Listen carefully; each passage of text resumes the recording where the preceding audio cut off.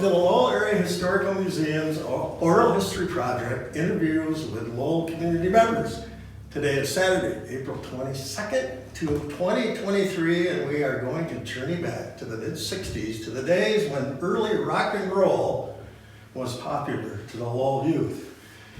We are here today with Dave Jones, Mitch McMahon, Rick Cease, myself, Bill Croft, to share our stories of the music scene from high school and beyond. Welcome, gentlemen. We got all our goodies here. Our memories are all here. So let's get things started with a little family background. How you got into music? Were parents involved or anything? You want to start, Dave? I got started because obviously my dad was a really good trumpet player, played in college and in the Army and for the showboat. And he and Mom would always do some singing and stuff like that. But mainly I got started playing the keyboards when Rainey and Debbie were taking piano lessons. So I had a little bit of theory and stuff in high school and junior high and playing the trombone. So I just started learning some chords and pretty much self-taught myself. Your dad had that famous trumpet too. What was it? Oh yeah. The sheep brought flat? that. Oh God. Oh, you should have. Oh God. What's your I picture? still have it. Yeah. Why is it famous? It's B flat, but it's also called, I looked it up the other day, it's called a certain NAM type of trumpet. But he got it in the war over in Germany, I believe it was. Oh, No, I didn't know that. No, that one. And when he was an Indian, he pulled it out of his hat, right, and played it? Or is that I think is so. that a I can't false remember. story? No. He has a little A case. false memory, there's a lot of those. I think he brought a big case out.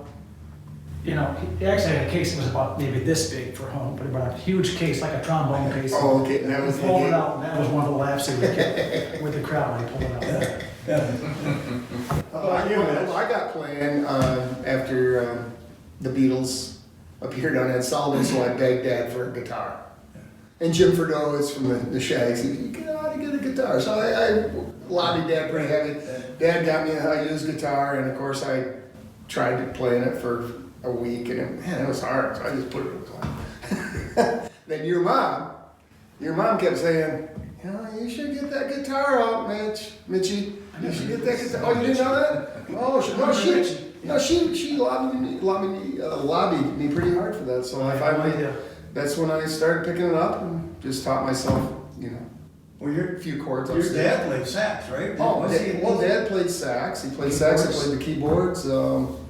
He played a lot of different instruments like that. And he was one of the original Endmen, He was one of the original Endmen when he was 18 years old. Oh, he's 18? Yeah. In 1932? Yeah, and they told Wow. he was supposed to keep the other Endmen in line, and instead I think the other Endmen corrupted Bruce. I don't think it worked out quite like it was supposed to. But he was one of the original Endmen. Did he play in any of the bands when he had the Lena Lou, or was part of the Lena Lou? Oh yeah, he played a lot. He played with Dave's.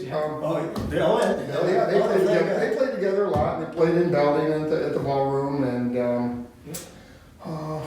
Larva actually played, and then a little 14-year-old girl playing lap steel was Doe Collins. Yes. Oh, wow.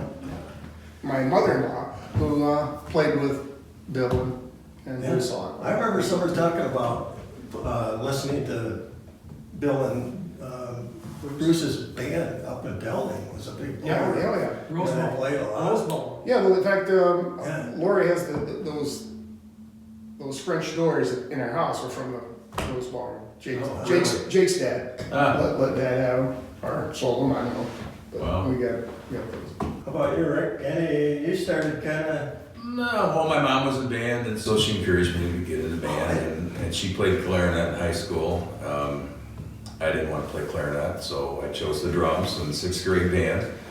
And Orville Jessup, he hated me and he loved me. Because The drummers were too loud, and he wouldn't shut up when he wanted quiet. You didn't play the paradiddle right. I worked on it. Well, my background comes from my grandmother and grandfather, Bruce and Ollie McLean, because Bruce played violin and Grandma played the piano, and they played music at the Strand Theater when it was silent movies. Oh. So, and then Grandpa was in a band like in 1908, 1906. They had like a 10-piece band, and he played violin in that. Well, I have a picture of him at home on the front, on the steps on the Henry house, you know, across from Rosie. Right there, they're all on the steps of the Henry house. Oh, Really? With the bass drum and the trumpets, and he's sitting there, he's just a little kid then. And Mom played piano, and of course, like Mitch said with the Beatles in the 60s coming in, we all got into that. How many of us wrote it? Remember the radio station that had the signatures when you wrote the Beatles? There was that contest when we were in 6th grade. And if you went home, it was a contest who could write the most, the Beatles, the Beatles, the Beatles. And there was a group of kids in 6th grade when we were going through, we were, okay. Anyway, I helped part of that, helped part of that anyway, but that, you know, that got all of us going, was the 60s Beatles, you know, great harmonies, and then the Rolling Stones came along with terrible harmonies, but they were good. You got, my dad played the two strand too for silent movie. Did he? Yeah, he played the organ. See all this great stuff we don't know about. All of us. Yeah, I didn't. We played together for what, 30 years or whatever, off and on, all over the place, and we're learning all kinds of different things today. Pretty cool. So I guess what we should talk about next is how the plague started. It didn't really start with Mitch and Rick. We started with the variety show in 8th grade. Yeah, well, I was part of that. Yeah. Were you part of that? It actually started up, our first gig was at Dave's house. Yes. Okay. It was, because that's where the piano was. Yeah. So we kind of had to have the party at your place. It wasn't like my birthday party or something? Is that what it was? Because that sounds familiar. But it, I think I had two part of that makes songs sense, down. part of it doesn't make sense, because I remember on our breaks, we would go outside and we'd be able to dance with some of the girls out on the porch, yeah. because it was warm enough outside. Yeah. Well, we probably played some records too. We only knew 5 songs or 3 songs or maybe Well, 2 songs. Obviously, it was Mike Potter was with us, right? Yeah. You and I, well, Hank and Dale. Well, Dale, I think Who's playing bass he then? came in later. later, Well, when we did the variety Jim show. Herbley, but Jim Herbley. was a bass Well, player. Herbley He was with us though. Jim Herbley came after the variety show, because you guys ended up starting a band, and Okay. Jim is the bass player. Jim wasn't. Did we have a bass? I don't know if he did bass or not. No, because I was the lead singer. We had a trombone. But We had couple. Marty Goshnell was there. Yeah, Marty Marty Gosh. Garchnell on drums. And I, and who else then? Bruce Boyce? Was Danny with us? Oh, Bruce Boyce wasn't up. Not Denny, okay. Bruce Boyce was at was- the, he was at the variety show, right? Yes. Right. Because we used his Yeah, the organ. keyboard. So the variety show was me, Dave, Mike Potter, Me? Mitch, Yeah, I did it. and Marty Gosnell, right? Yeah, You yeah. remember the 2 songs we did, guys? Over and over. Over and over. Yeah. Over and over, which I sang the lead on and played the harmonica. Did the da da da da da da da da. Did you sing the lead? That sounds right. I mean, I don't know. Sloop John B, Beach Boys. Come on. We actually pulled that off. I pulled that off. I Really? remember Yeah, practicing yeah, that. yeah. I remember pulling that. Yeah. And wasn't Ken Roth in the band for a while? Well, here's the thing. We had I invited a bunch of people to come up at the house at the piano. Ken Roth was there. Yeah. You were there. Yeah.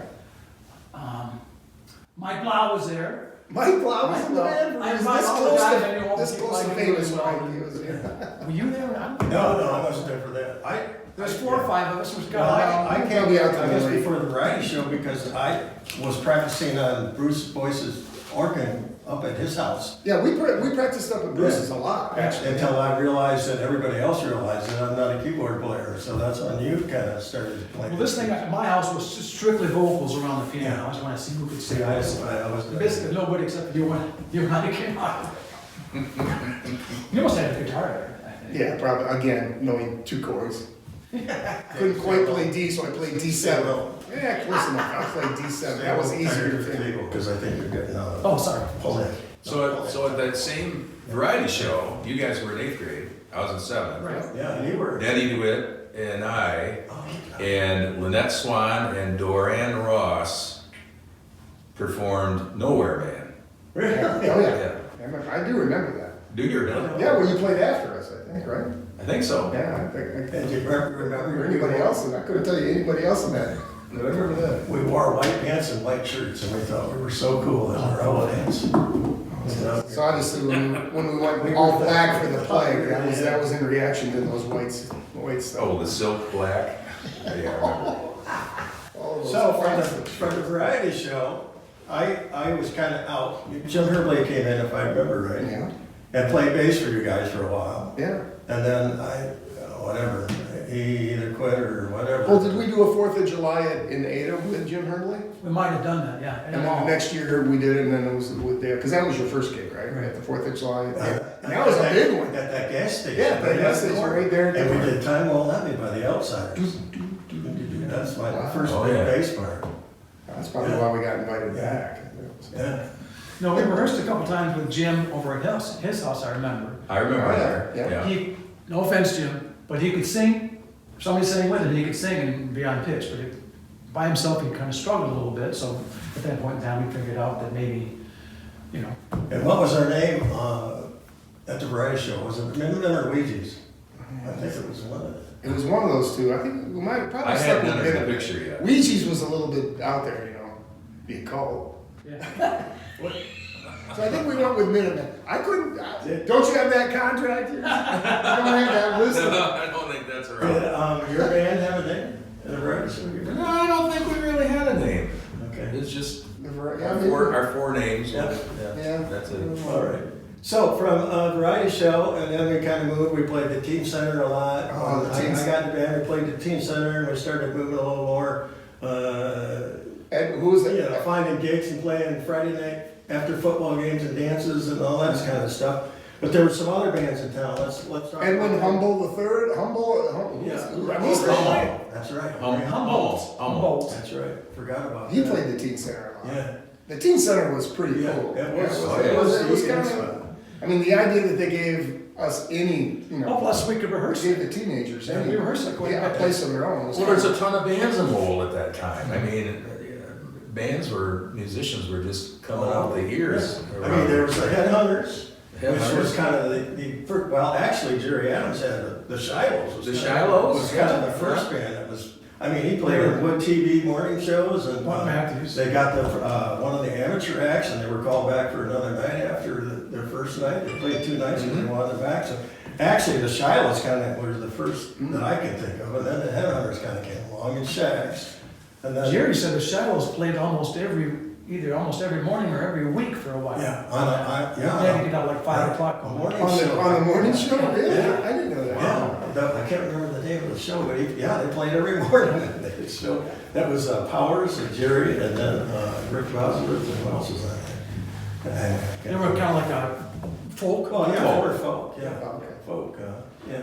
There was trialism with, the Headhunters had what, Roger McNaughton, Pat Guy was in the Shags. Terry Roger DeWitt. McNaughton, Terry DeWitt, Tom Spearstra. Tom Spearstra, Mel Mack on drums. Mike McLaughlin, Oh, Jim McLaughlin on Jackson. bass. Tim McLaughlin. Oh, that's And right. then the Shags had Doug Slope on guitar, Mike Jackson. Mike Jackson on bass, Pat Goggins on drums.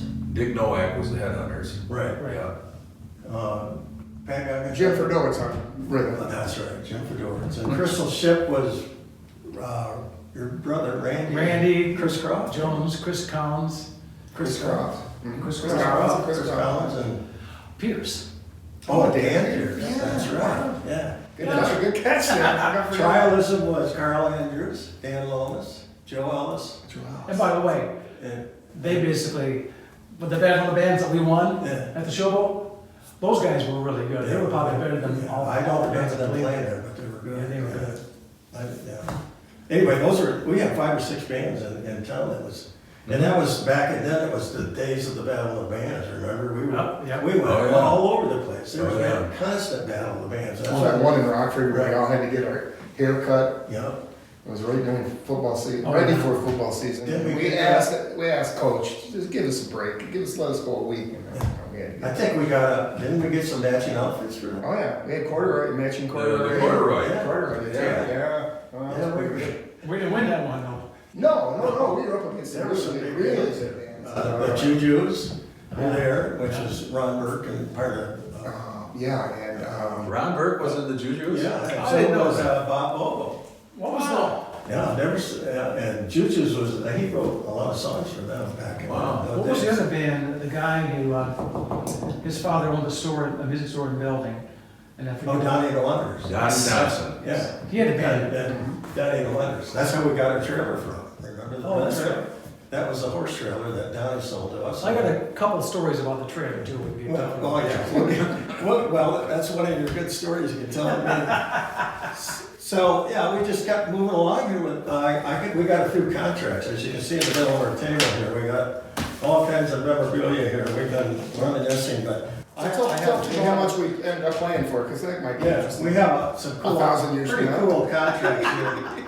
For one is, we played for the junior class at Kennewick Hills High School in 1972 for $175. And what's kind of unique about this is I ended up teaching there for 26 years at Kennewick Hills. So we played serenade gigs for different things. We made $170 to $175, which was pretty big. We played the Sweet Note, which was a really pretty cool place for kids back up at Chippewa. I was gonna say, Remember, we had the dressing room at Yeah, the green room, yeah. the stage way up, and the steps, and it was, we played it for New Year's Eve and some Couple other others. summer times, but Yeah. that was one of our favorite gigs. Yeah, it was. Yeah, we still got a few of the old contracts.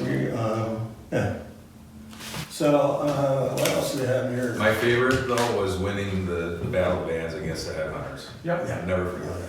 Well, we worked hard on that because we put together a show. We sure did. did. We did. And we made a sign. I think that made Yeah, it. and we opened with Find Across the Freedom. And Across the me field. holding the Yeah. drumsticks, the And peace Mitch, sign. Mitch almost got beat up too. Well, he did. That happened a lot, my little boy. You're gonna have to be more specific. Hey, that was a good show. We did Find Across the Freedom and Not really. Morton, Ohio. And Yeah, to, yeah. It was Smile on Your Brother. Yeah. We did. it was the era Yeah. that we conformed Come on. to that Yeah. probably would Yeah. the theme Yeah. won it for us. That was our thing. Yeah, we did the You whole know, thing. the theme won it for us. We were way ahead of our time. Way ahead of our time.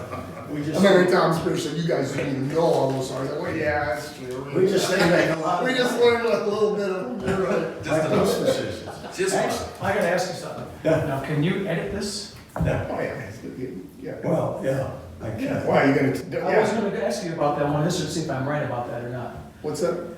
Well, the theme was, basically. Peace. Peace, right? Yeah. And as I recall, Oh, you mean, yeah, let's not go down there. You're mentioning too many people. And, yeah, it was. I know where you're going now. I know where you're going now. This is for the museum now. Yeah. We can. Wayne, Right. That would be on. Writing songs, they were kind of our writing team here. I don't know, Rick, you helped with any lyrics or anything? I didn't help with anything on that, so. No, I just get Yeah, my. we were just, yeah.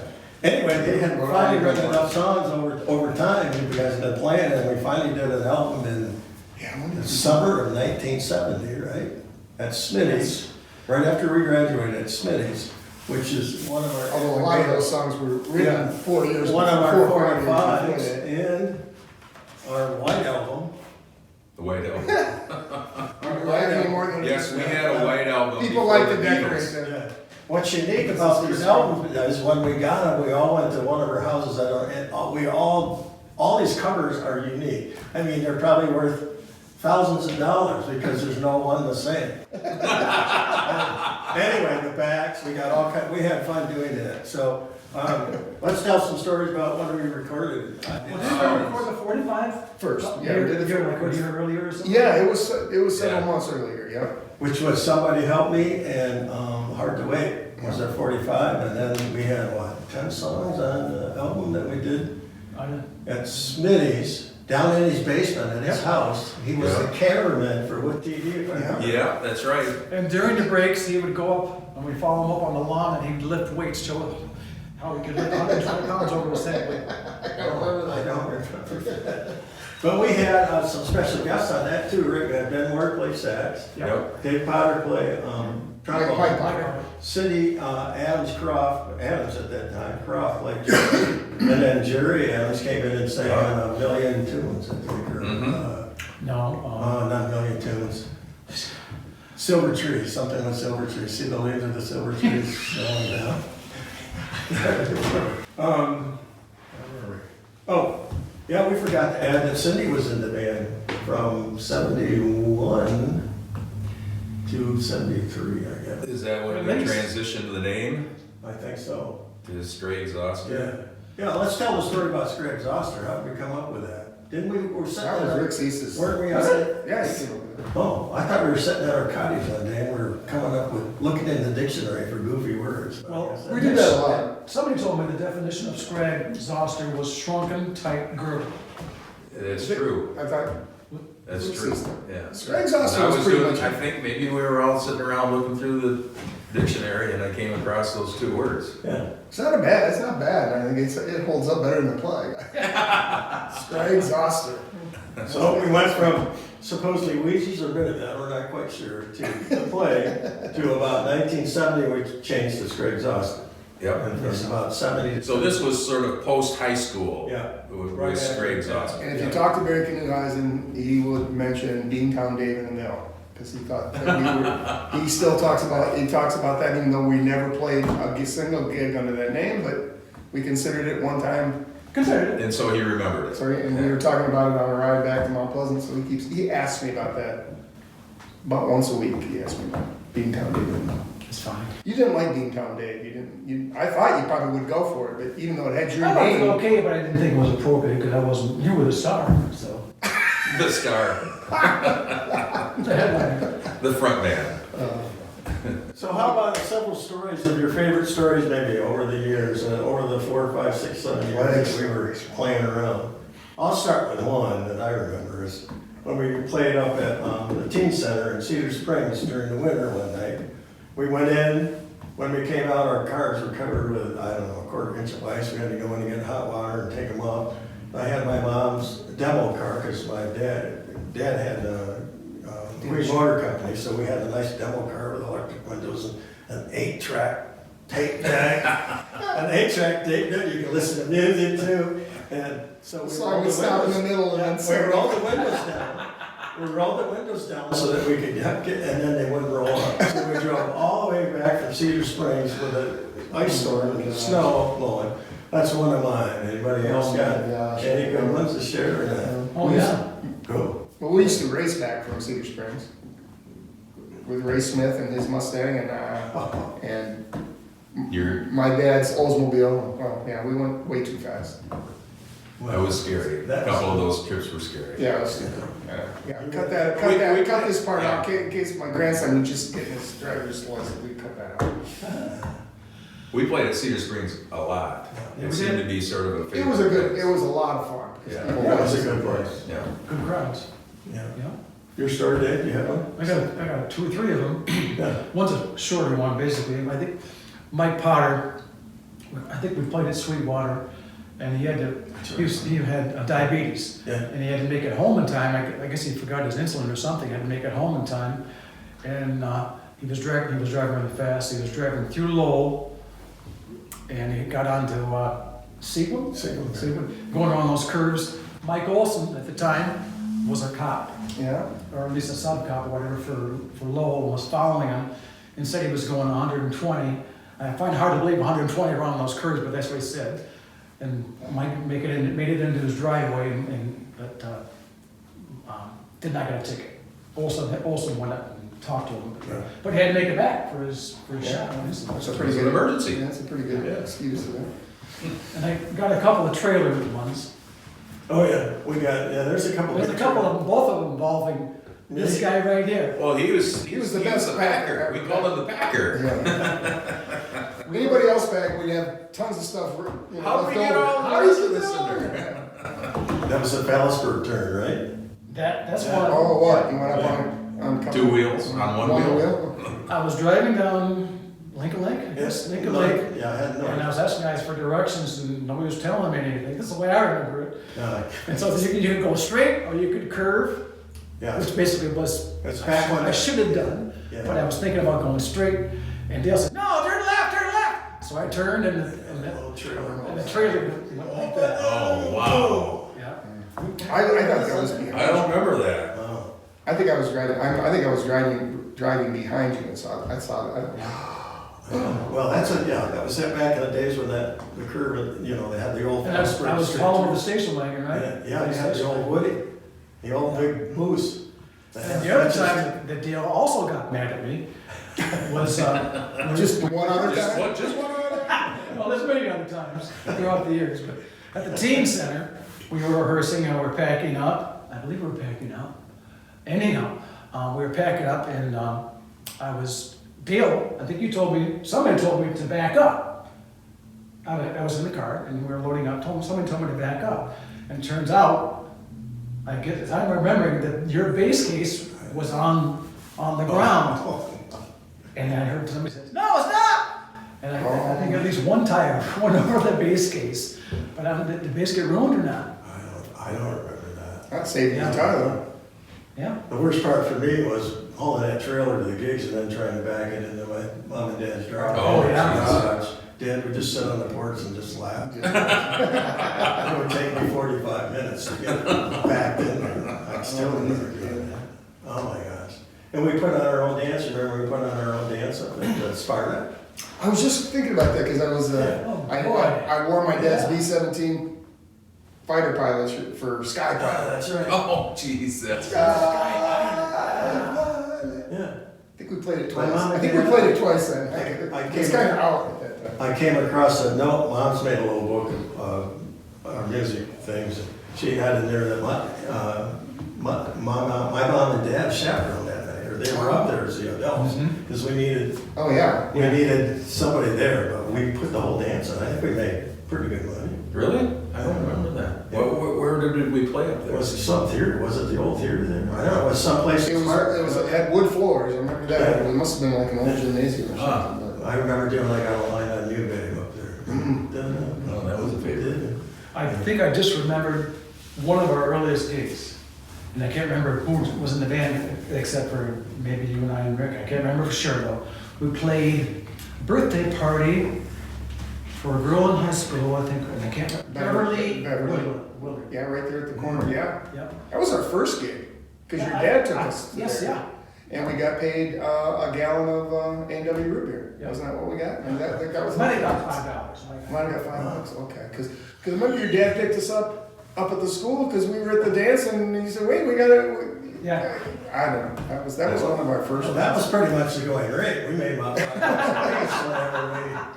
Oh, here's another good story I remember. Remember when we set up in the kitchen in the old high school? Oh, I got one picture. yeah. Danny DeWitt was up on the high rise and And we did Inagata Vida, if I recall. You did the big drums. We thought we were so cool sitting up in the kitchen.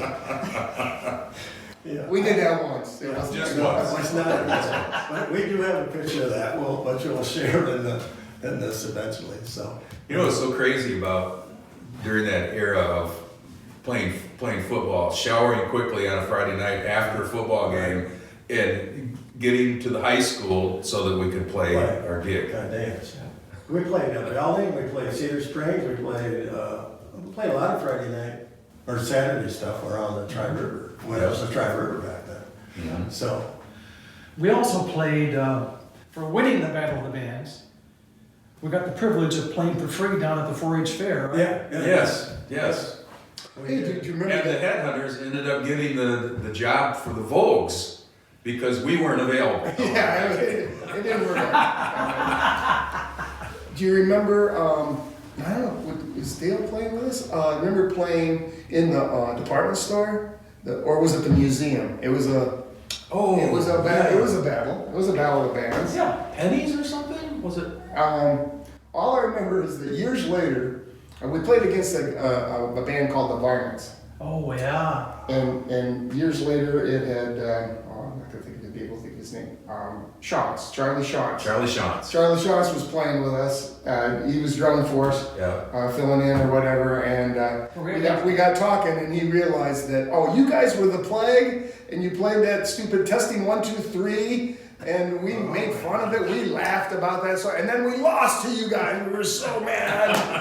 And Charlie Shantz. he said it became an inside joke with their band that, whenever somebody would bring like a song and they'd go, oh yeah, it's a little testing 1, 2, 3. And so that meant they wouldn't play it. I forgot about that song. It wasn't until like 20 years later he tells me this. He didn't realize it until that day we were rehearsing my The first 2 songs you wrote were Once Upon a Time and Testing 1, 2, 3, right? Yeah, something like that. I guess just once upon a time. And then we had Rosie's. Remember we played Rosie's? Oh, my Saturdays? God. Rosie's. Too, back in the little That's side. right. In the side thing. Yeah. When we interviewed her for the museum, we brought that up. She goes, "Oh yeah, I remember that, yeah." And her olive burgers, you know. Oh, Olive, Rosie's Olive. Yeah, I was there at the opening. I was working for her. I worked for her for about a week. Okay. Yeah. Oh, you? I was eating too. I was cooking. Yeah, me too. You only worked a week. I think I might have hung in 2 weeks.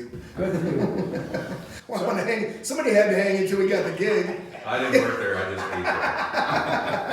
ate there. So not only were we ahead of our times because we did the White Album before the Beatles. Before the Beatles, yes. We did that. Financial What, concerns. 2 or 3 Same as the years before Beatles. the Beatles. We had a White Album. And then Yeah. we also were ahead of our time because we did a music video in 1970. The Ballad of Bonnie and Clyde, remember that? Yeah, it was pretty cool. Who's got a copy of that? Yeah, it's, Well, it's on there, but I I'm gotta gonna find say it it's- again, but it's on this one. Was it a music video or just a video? Just a video, that's- no music. Yeah. No Was music. music was Where that- we drove around, Ray Smith had his truck, we drove around and picked up each musician from a different spot in town. And That's kind of like we drove through town in the back of the trucks, which you can't do now. No, that was a little Because, antique. yeah, and then we went down and brought my dad at McQueen Motor Yeah, Company. he We let us- opened the we- safe. I thought that was so cool. Your dad was letting us rock. We opened the safe and took the money out and we pretended like we shot him and he played like he died. And then we went over and rolled in the, I was gonna say- on the bank of where the Dock and Sons is built, next to where the old Curtis Cleaners is. Mhm. So that was, so not only did we have a White Album, but we had a music video before any of that stuff was even around. I mean, what happened? We should have been Big time. millionaires. So, we've talked a little bit about our past here, we could probably go on for at least another hour, but I think most people have had enough of that. Anyway, music after playing was Craig Zoster. You know, at 73 was kind of the end of Craig Zoster type thing. Dave and I and Cindy and her brother went on to start a band called Stillwater, and later Alive and Well, and you guys went on to A few years later, we formed Great Lakes Band with Chris Collins. 74, yeah, I think it was like 74. and that was with Chris Collins and Doug Slocum. yeah, Charlie And Lusko. Charlie Lusko. and you guys did a lot of stuff for what, We 4 played- or 5, 6. That's all we made our living years. for. No, 3 years. Three or four. Yeah, it was Three. always- Well, then, before we broke up. Yeah. Then we got back together 5 years later Yeah. and started doing Blind Pigs. You know, throwing parties and Yeah. Yeah, Yeah. those were some of our big paydays. Even back, I forgot about the Sparta, but yeah, even back in the day, throwing your own party wasn't a bad Well, idea. that was the thing. Yeah. Well, and then Great Lakes Band came back again. For the Rock and Reunion, yeah. Yeah. Yeah. but you just couldn't stay away. Right, and then in 2001, we started, well, it was the first year of the Symphony Concert, Summer Symphony Concert Series. Yeah, And I think John Wallace approached Gordy Gould or something about it. I'll get all the bands from, get Headhunters and Shags and Tribalism and all these bands together. Let's do a rock and reunion. And so in 2001. Is that when it was, 2001? Yeah, that was the first year. Reunion. That was the first year of the summer concerts. Yeah. And we had That was a great night. That was a great night. I There's just a ton of watched, people I there. watched some of the old video last night. It was wonderful. They did, all the old, Headhunters did Midnight Confessions. We did Can't Turn You Loose. And, what else did we do? Somebody Love was on there. Oh, that's right. Oh, yeah. And then Great Lakes, you guys did, what was on there? Roadhouse Blues, maybe? Or, no, we didn't do that. What did we do? Anyway, the end of the night, we were all on stage and did Roadhouse with the whole. Oh, that's what. With everybody. Yeah, with the sun setting on the flat river. Pretty cool. People were on the roof. Yeah. Orlo, that's why we wrote that song about Orlo, because, you know, Yeah. the night Orlo fell off the roof. He didn't really fall, but he was taken off the roof by the police, I think. 'Cause they And were- we played it right, a long time. No, we did Devil with the Blue Dress on. Oh, That's on that last night. Oh my gosh, it's great. With the horns, we had the horn section was which sounds. Well, I heard Midnight Confession. I just heard, what, did you Yeah, post that I just just recently? posted. That was great. I thought, Yeah. wow, this is Just just like like those and what other brasses? We did a lot of brass. It was great. Brass Cindy, is Cindy really, Ken and I, right? yeah, really good. That was a great night. It was great weather, and it was Yeah, nobody had it's seen it windy that before. day, but it was great. Anyway, I brought everybody. We had rehearsals out at my cottage a couple Yeah, days before, that's right. Yeah. and we rehearsed out at Dan's house. Dan's And all of place. us together reminiscing about Yeah. these days. Yeah, You know, that was really Oh, and good. they Doug promoted Slocum it. was still there. It was on TV8 News to Wood promo TV. it. That's on it too. The Wood TV commercials on where Is it? where Mitch says it's going to be a gas. No kidding. And there was something. I didn't say I had gas, because that's Yeah. And Larry Fergursky said, it's gonna be a I gas. saw it. Really? Yeah. Oh, no.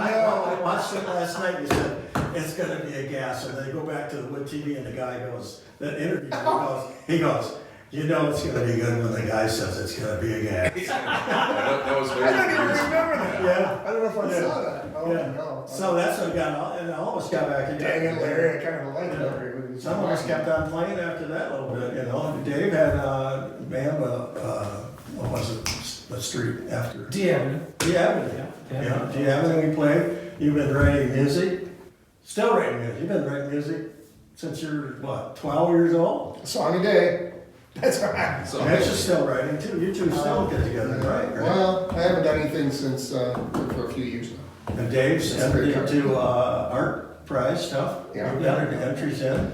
3 or 4 We wrote years. lyrics for a lot of the songs that we wrote together and wrote lyrics Yeah. for. Prior Do you want to talk about this? Because that's, Oh, yeah. that can, Yeah, I'll get to that. Oh, yes, later, okay. Or it's on my list on the way down. And then we did, after the 2001, we did, Rick put together, you tell us about it, Rick, you put together Well, more Sure. reunions, but they were more so to help raise funds for different Red Cross. organizations like Red Cross. Lowell Arts and the Red Cross. that's The right. Red Cross one was right after 9/11. It's what we did that for. That's why we Everybody sold trying to t-shirts find their for way to help out, and we threw a 2-night. We played 2 nights. There's 2 nights. 2 nights. We had T-shirts. Oh, Yes, sir. there we go. We So sold cool. T-shirts and we raised, I don't remember how much A money. couple thousand, I thought. It was like, I think it was more than that, actually, but yeah, that was for the Red Cross. And I was told by the Red Cross when they gave us permission to use their name, that's the only time that they have ever given permission to use their logo. Really? Yeah.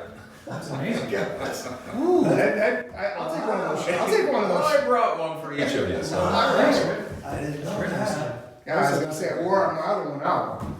I found 6 more, but they were all 2X's, and those were the only 1X, so, Oh, awesome. for you guys. Oh, appreciate it. So after the Rockin' Reunion, we, you know, all of us have gone our separate ways after that. Also, we still played music and kept in touch with each other. And Well, kind of relit the fire for us. Mm-hmm. So, then I got a call one day from a gentleman in Florida saying, "Are you a member of the Plague?"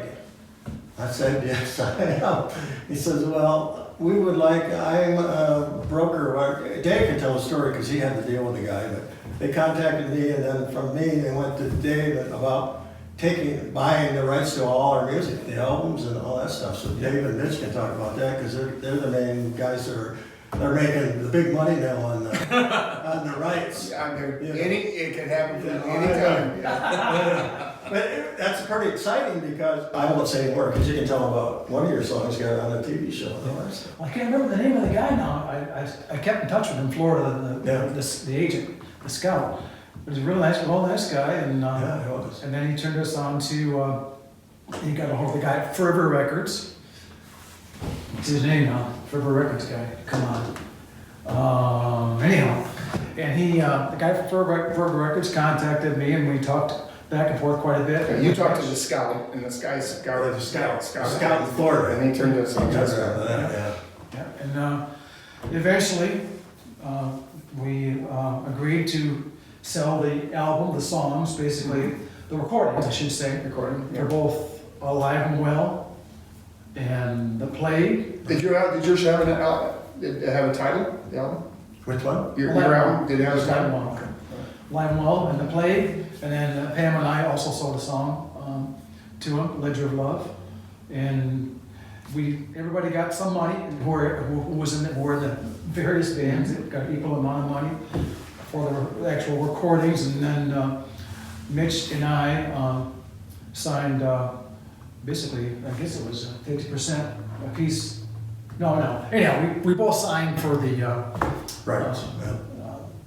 You gave me too much, I think. Whatever you gave me too much. royalties. And then we both got a check for the royalties for the play and a certain amount for Live and Well. Mhm. No, actually, you know what? No, the royalties were for Snowfall. Royalties The were FX show Snowfall picked up Dave's song Legend of Love. which Mitch and I had. And there's about a minute 40. It's way in the background, but They said, But it was there. What's the name of the show? Snowfall. Snowfall. It was a pretty successful series. Oh, it's still, it's in its Last final Oh, it's still going? Yeah. episode 409, 2021. About 35 minutes in. Yeah, about 30 minutes in. Yeah. So anyhow, You could miss it. Be careful, you can miss it. we're all still waiting to land one of the Plague songs or Live and Well songs in some other TV show or movie. Yeah. Yeah, the idea of Fervor Records is some directors want to use music from the time period, but they don't want to use published music because that would really cost them. So they bought the rights to it. Exactly. A scout goes around and finds all these bands, and so they've got a group of a lot of garage bands from the 60s and 70s. All the members got some money, a little money. Cindy and I even got money if you played on it. So that was very exciting when I got called. Oh, yeah. Oh, it's great. Don't talk to me because I didn't write the stuff. Oh, and you mentioned that, even before that, I got a call out of the blue that said, are you McMahon from McMahon and Jones? Or Jones McMahon? And I thought it was a prank call from one of my fraternity friends because they used to put this on the turntable if they really wanted to embarrass somebody in the middle of the party. But no, it was a record collector, and he wanted I guess when he found, they saw this an unpublished music. There's a whole bunch of collectors that collect just unpublished music. They'd come across our 45. He wanted our 45. When he learned there was an album, he went absolutely nuts. He thought that was the greatest because he would have something that none of his other friends had. Yeah. And so he gave us $20 a piece for the albums, and I don't know, what was it, $10 a piece for the 45s? I didn't have a lot of them, but we scraped a few up. I got a couple of them. I think we have 3 plain ones left. There's 3 and then 2 that have been decorated. I think there's only maybe 5. I have a couple. You got a couple? I've got 3 or 4, I think. Okay, so we have about 10 of them left then around that number. Yeah. This guy's name, I don't remember it. Jacob Nathan was the Oh, yeah. guy from Fervor Records. So Hopefully you're back from, from him. from a little variety show, or actually from the living rooms, the other thing about rehearsals, which I forgot, we all took turns. I mean, your basement was basically our rehearsals a lot of the times, and my living room, and all the living rooms here. Yeah, But our favorite It spot, was a car dealership. yeah, the favorite spot was my dad's McQueen Motor Company, where we would go in the back where the mechanics were. Yeah. We used the high-lows to put our equipment on and lift them up. We rehearsed down there. I mean, that was our. It was an easy place to go and. That was our video games. We didn't have PlayStation. Right. I remember going down there after Thanksgiving. We went down there after Thanksgiving. Something to do, got something in the house. We love playing music and we love being around each other, and we go down there and work on songs all the time. Sunday nights, it seemed like, every Sunday night. I mean, we rehearsed probably quite a bit, once a week maybe, or 4 or 5 times a month.